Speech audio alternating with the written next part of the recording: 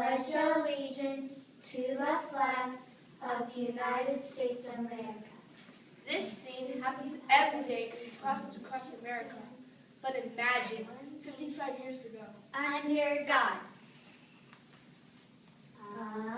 Amazing grace, how sweet the sound. I can't believe that this is happening in public school. This is my classroom too. We recite 10 Bible verses every day and Lord's Prayer. Does this look like a church to you? Why do I have to do this? Our Father, who art in heaven, hallowed be thy name. Thy kingdom come, thy will be done, on earth as it is in heaven.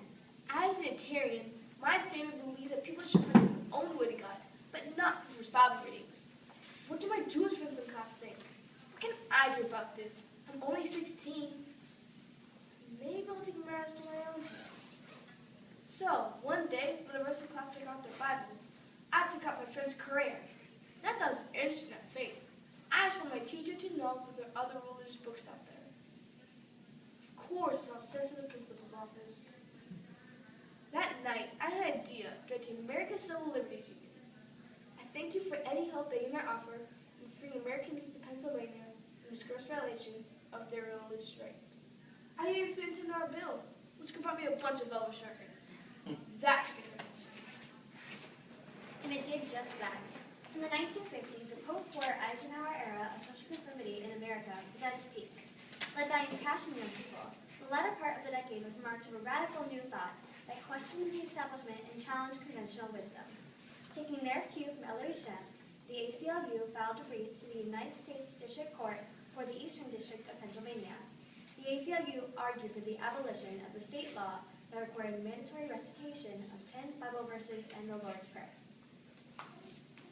Counselor, do you have anything else to add on behalf of the plaintiff? Your Honor, I think the facts speak for themselves. The Pennsylvania statute must be struck down. But Your Honor, at the behest of Aberdeen Township, Pennsylvania has amended the statute to excuse students who do not want to participate in these morning devotions. This new law gives parents the option to excuse their kids. That's not enough. Counselors, I've heard both of your arguments and I'm ready to make my ruling. The reading of the verses, even without comment, is, in effect, a religious observance.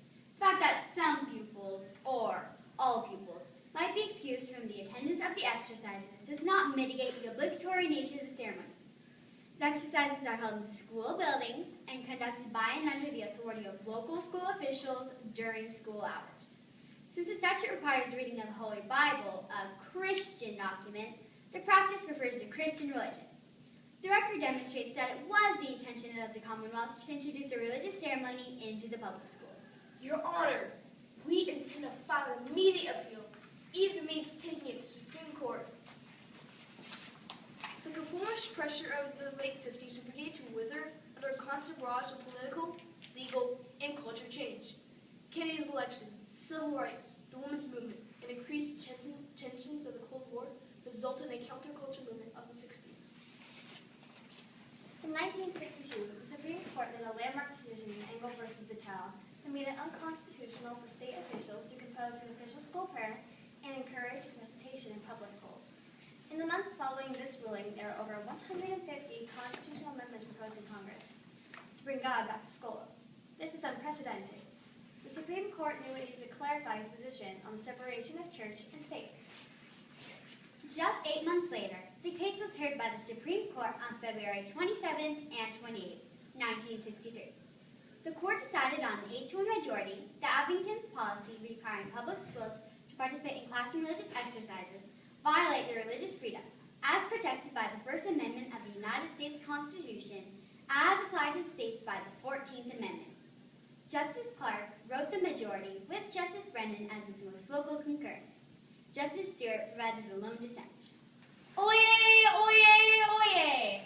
All persons having business before this Honorable Supreme Court of the United States are admonished to draw near and give their attention, for the court is now sitting.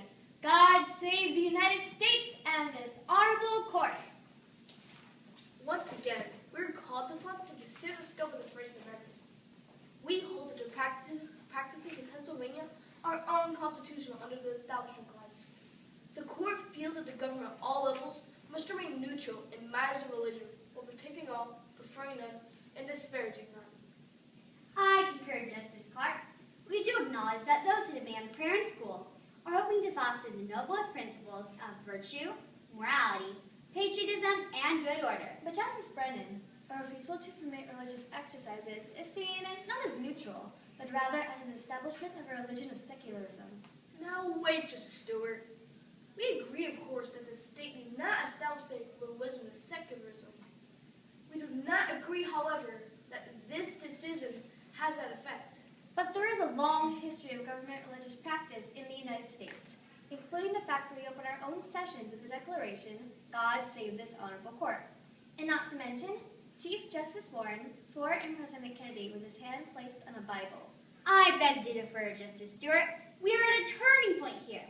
Our interpretation of the First Amendment must change as society changes. In the relationship between man and religion, the state is firmly committed to the position of neutrality. This is clearly stated in the First Amendment. Applying our rules to the facts of this case, we affirm the judgment previously handed down. The practices in Pennsylvania are unconstitutional. It is so ordered.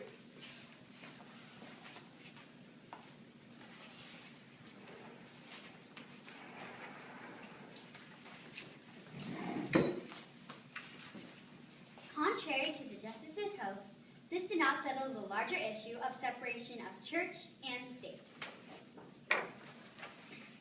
There's been a rise in campus crime, suicides, murders, unwanted pregnancies, and low aptitude test scores since the 1960s. There has been 50 years of debate over the impact of this case. The questions in Abington versus Shem are relevant today as they were in 1963.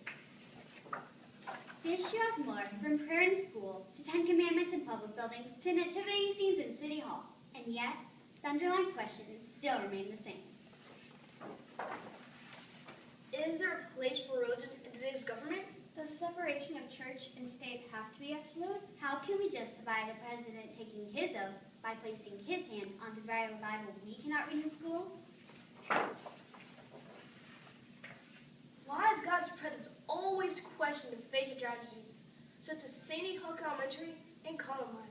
Can a country founded in faith so easily disregard their religious principles? Can a society that believes in everything still believe in something?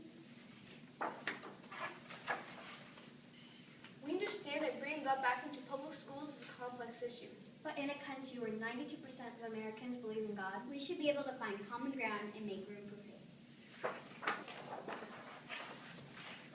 If we are, as Thomas Jefferson said in the Declaration of Independence, endowed by our creators with certain unalienable rights, We should not so easily discard that creator in the name of political correctness. 50 years ago, we escorted God right of our culture and marched him up the public square. Now, we express our surprise that a culture without him actually reflects what has become. Today, people of faith feel as excluded as Ellery Shem did in 1956. The Supreme Court protected the rights of non-Christians through its rulings, and we respect that. But now, our hearts and minds tell us that the pendulum has swung too far. God was present in the prayers of those students, hiding under desks, listening to gunfire at Sandy Hook and Columbine. He was there without permission, and he was there without defense. We do not believe the prayers offered by the students were in vain. We dare to move forward with a sacred belief in certain unalienable rights, especially in our God-given right to communicate with him. God bless America, my home sweet home. God bless America, my home sweet home.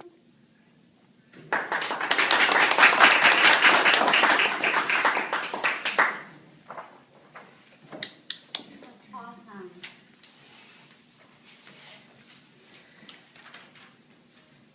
Very much. Okay, I'll start it off.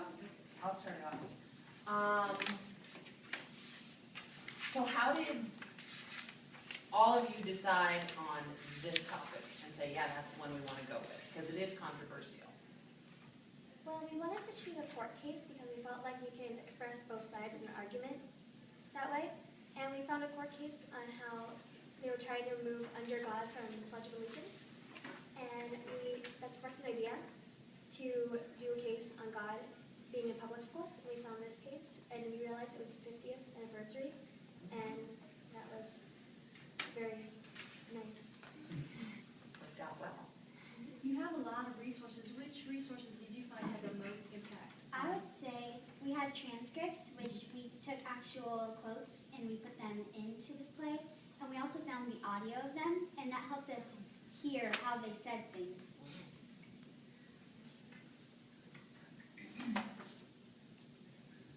Okay, what historical question or fact did you find that most developed your interest in this topic?